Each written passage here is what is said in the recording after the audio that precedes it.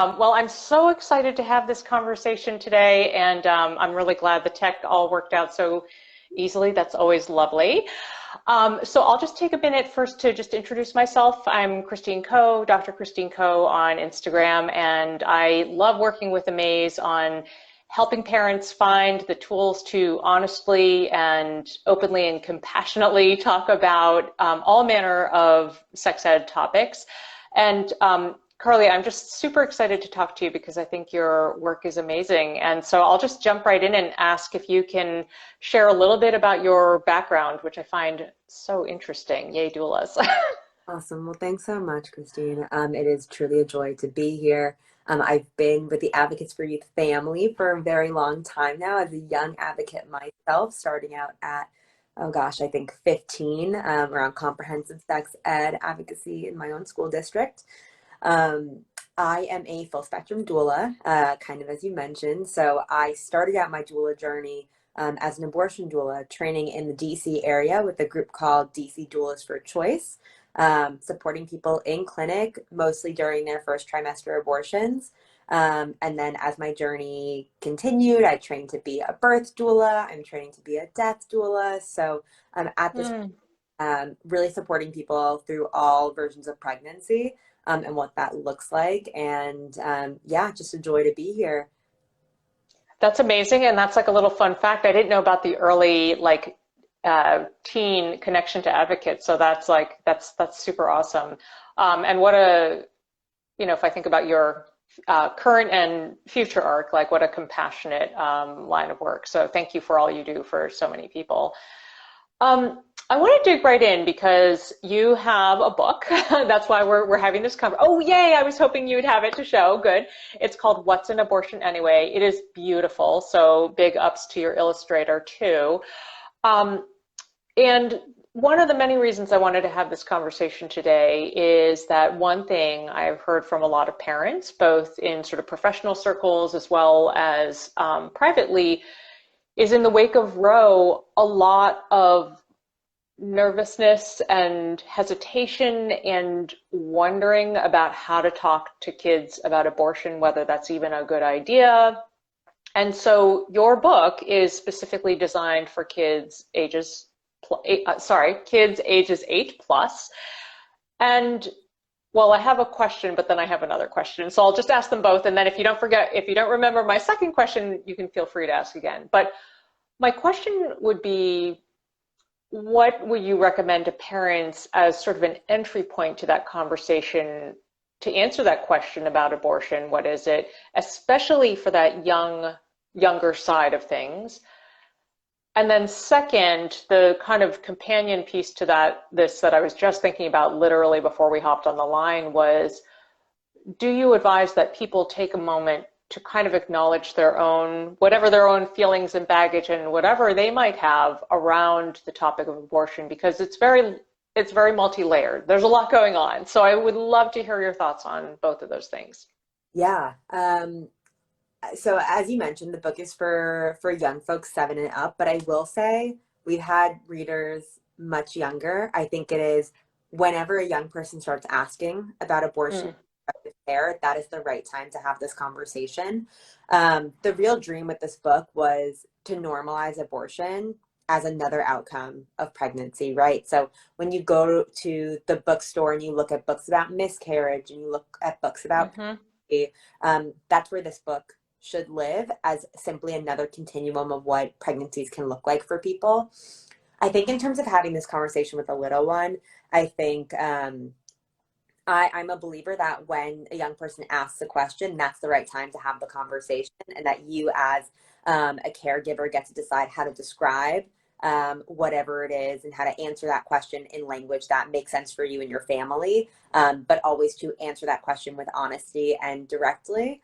And so, as parents and caregivers are grappling with how to talk about abortion right now after the decision happened at the end of June, I think it's really based on whatever conversations you've already had with your little one about your values in your home. So mm, the way that I approach this conversation and the way that the book lays it out is really that no matter how someone personally feels about abortion, it's about love and respect, and that no matter what my, kind of going to your second question, no matter what my personal baggage or feelings about abortion might be, it is my job as a person whose family values are to show respect and empathy to people, no matter what their life circumstances are. That same value extends and applies to abortion.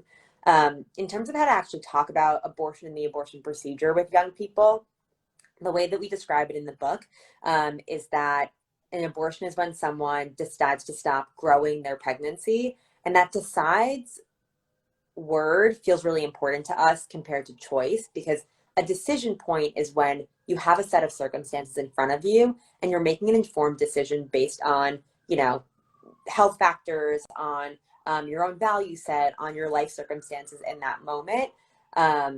And that decisions are things that we all make in our lives, and that sometimes we make decisions that are the right one for us in the moment, but that we may later have made a different decision if we look back and had a different set of data or information at the time. And so it really leaves a wide expanse of breadth for people to insert their own sort of lived experiences on top of that conversation. The book is really meant to be a starting point for a conversation, but it does not go into like all the very nuanced reasons that someone might have an abortion. It goes into 3 of those reasons, knowing that there are hundreds of millions for the hundreds of millions of people who have abortions. And sorry, Christine, if I forgot any piece of your question, feel free to get back to me. No, you crushed it. You're good. I wanted to so I think that's a great point, and it's definitely something you call it on your website about how this is just the beginning, right? And you want to have more conversations. I just need to underline that, because we're always talking to parents about how you're never just going to have one talk. You're going to have a whole bunch of little ones across a lifespan, and that's good. Which also reminds me that one thing, when you were talking about, I love how you framed it about, you know, your kid is ready when it's a good time to have a conversation when they ask, because I hear from a lot of parents this feeling of like, or response, if a kid asks a question and they feel like, oh gosh, they feel so young for this, there's worry, there's like, oh, why are they asking this so early? But I think I want to invite a reframing from our parent audience, because one of the things that we're always talking about is like, the goal is to become an askable parent. Like, you want your kids to trust you enough to come to you and ask you these things. So that's like a super good thing. That is like what you want to cultivate in life. And so I'm really glad that you, you know, brought up to meet those questions and that curiosity, you know, with some kind of answer. You might not always have the answer, but some kind of answer. Yeah, absolutely. And I think our language is going to change based on when they're asking, right? And I also think coming to every question that a child asks of a topic that socially we've deemed adult is it's being curious. It's like, I'm curious why you want to know about abortion. Where did you hear that word? Or what's bringing up this curiosity for you? And really meeting them exactly where they are in that conversation, which is, again, why I love this book, because it leaves so much space for you to expand as much as you want on abortion and on legality, which is not something that we touch on in the book. And it was a really intentional choice. This book is not abortion is inherently political, so it's a political book, but it is not a book that uses language around pro-choice. It's not a book that talks about legality. It is a book that is simply a base resource, the way that a book about how do you make a baby, which Corey Silverberg's What Makes a Baby, Love Corey. is an excellent resource. And we recommend it in this book as a precursor, because you can't talk about abortion unless you know how someone gets pregnant in the first place. And so I think that having that foundational conversation, but really leaving it up to parents and sort of the nuance of whatever conversation ends up flowing, once you explain, here's what an abortion is. What questions do you have about that? Have you heard abortion spoken about in school? Where have your friends brought this up before? Have you heard it on the news? And really getting context for how they're learning about abortion outside of your home.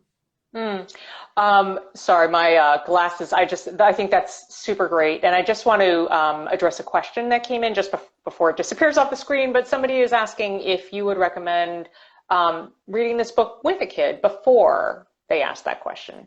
Yeah, I think it's a great idea. I think that the way that you would read a book about where babies come from or about pregnancy, this sort of really falls within that line, right? If we're proactively coming to our little ones about pregnancy, how they came into the world, it's a great time to read this book. Hannah Matthews, a like wonderful abortion support person who works at a Planned Parenthood in Maine, wrote on Twitter several weeks ago now that abortion is a part of her family story. I think Brene Bracey Sherman Mm. shared the same thing, that for a lot of people, abortion is what made their family, right? So it is an abortion that had happened previously or an abortion that has happened after a live birth, that has made a family unit what it is. And I think if abortion's a part of your family's birth story, then it's a brilliant thing to bring into that conversation about where your little one came from and how your family came to be. So I think absolutely, it never hurts to have this conversation. Oh, yeah. And that's a beautiful framing. I hadn't thought of it like that. So thank you for sharing that. So, Carly, I'm enjoying this conversation so much because you seriously have this like just wonderful compassion vibe, and I love it so much. Which like it cues up my next question for you, which is, what do you think? Like in your ideal world, obviously one writes a book and you hope it's received in a certain way, and then you just have to like hope for the best, right? So, what is a key message of compassion that you would hope that parents and caregivers would approach this or leave this book with or have in their discussions with their kids when they're talking about abortion? Yeah. I think going back to, I think that line of framing, I think most parents here who are in this conversation with us today or who will watch this conversation later, we are people who believe in bodily autonomy, and really that consent is key and that young people control what happens to their bodies. And this is the same, right? Abortion, birth, holding hands, giving a hug. It is all within the same lines that no one can tell us what to do with our bodies. And that is the same with what happens to our pregnancies later on in life when that's a reality that they might encounter. So I think that there's a really strong ideological through line that happens for parents. I was having a conversation with someone on a podcast called Queer Kid Stuff, a really cool podcast for people who want to make sure their little ones know about queerness and gender. And they had asked, if you have a family member that is actively anti-abortion, is it okay to let your little one have a conversation with that family member, or knowing that that family member might bring up those values around your little one? And I think something important for me is that with this book, with raising little ones generally, I'm not trying to share with them what they should or should not believe in this world around their opinions, right? I'm not trying to shape the opinions of a young person in my life. I'm trying to give them a set of values that are around love and respect. So if I'm setting a foundation in my home where I'm creating a value set for my young one of compassion, empathy, and love, no matter what, it would be hard for me to imagine that raising a little one with those set values from the beginning would lead them to be actively anti-abortion. Because if we're believing in love and compassion, that means that whatever people decide in their lives, we're treating them with that foundational love, compassion, and empathy. Even if my little one ends up, being an older person who doesn't believe in abortion for themselves, because they have that value set of compassion, love, and empathy, it will always lead to a world where people are allowed to make the choices that are best for them, even if we wouldn't make those choices for ourselves.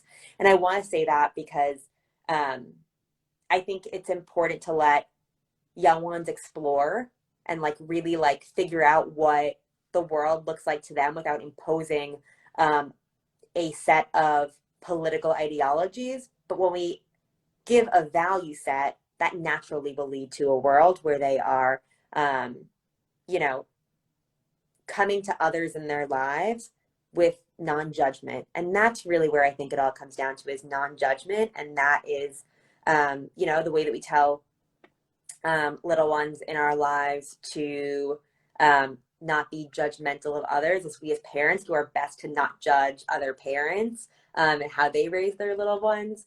I think that all naturally leads to a world of compassionate kids.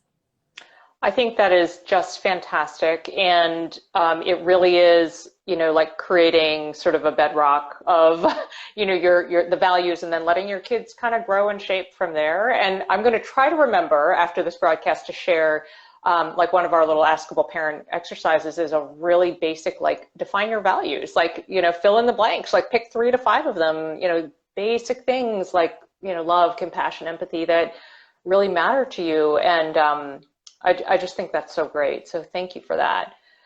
One of the things that we love about your book is that it's intentionally gender neutral.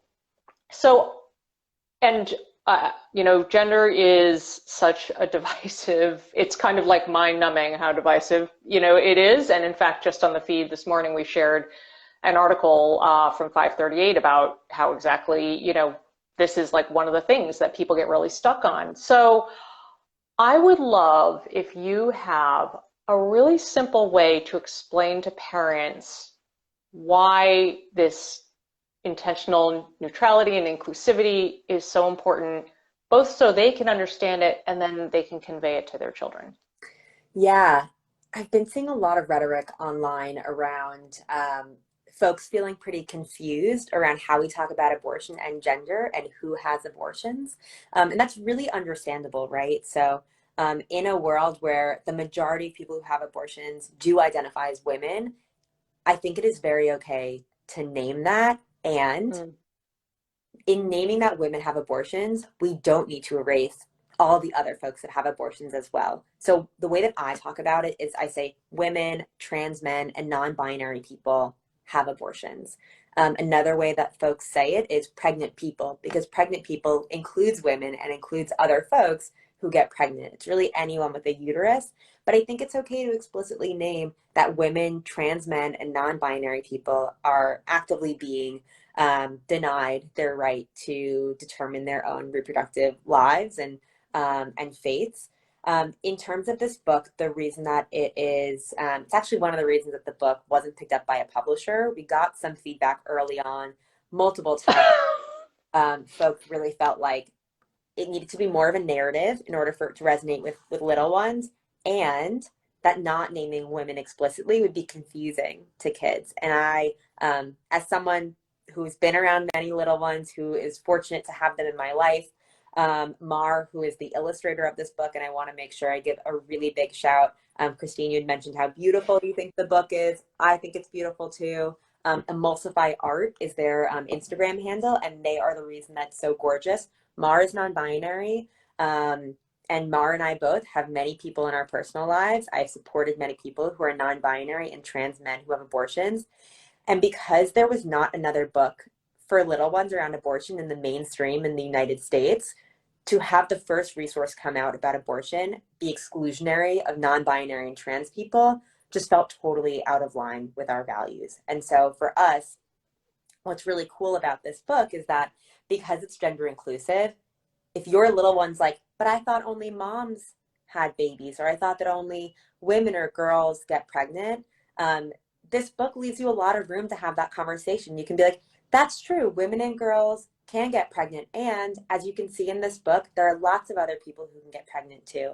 And being able to have that conversation around, trans identity, non-binary identity, is so important. So I think it was so important to us that the first resource that was a mainstream resource around abortion for little ones in the US in a book form was gender inclusive, so that folks can have those expansive conversations on their own, in their own house, on their own terms.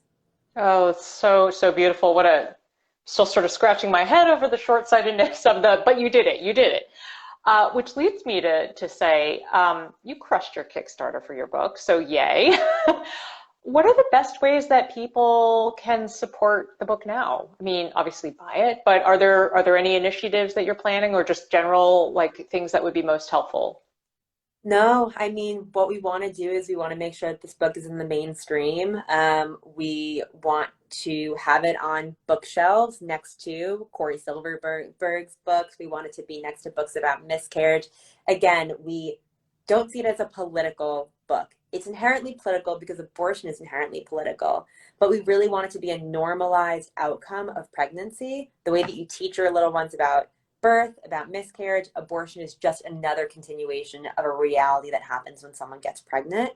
You can buy the book at our website, whatsanabortionbook.com. We also have it on Amazon because, as I kind of alluded to already, there were no really brave publishers or agents who were willing to take on this book. It is a self-published book, so we're just a little shop, myself behind the email address, and then we have a great distributor who has printed the book and distributes it for us. It does take some time to get it, so sometimes it will take between 4 and 6 weeks.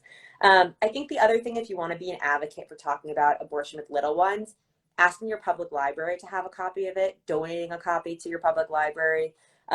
This book is not something that Mar and I make money off of. We sell it at cost, and we just really want to get it as far and wide as possible around that normalization.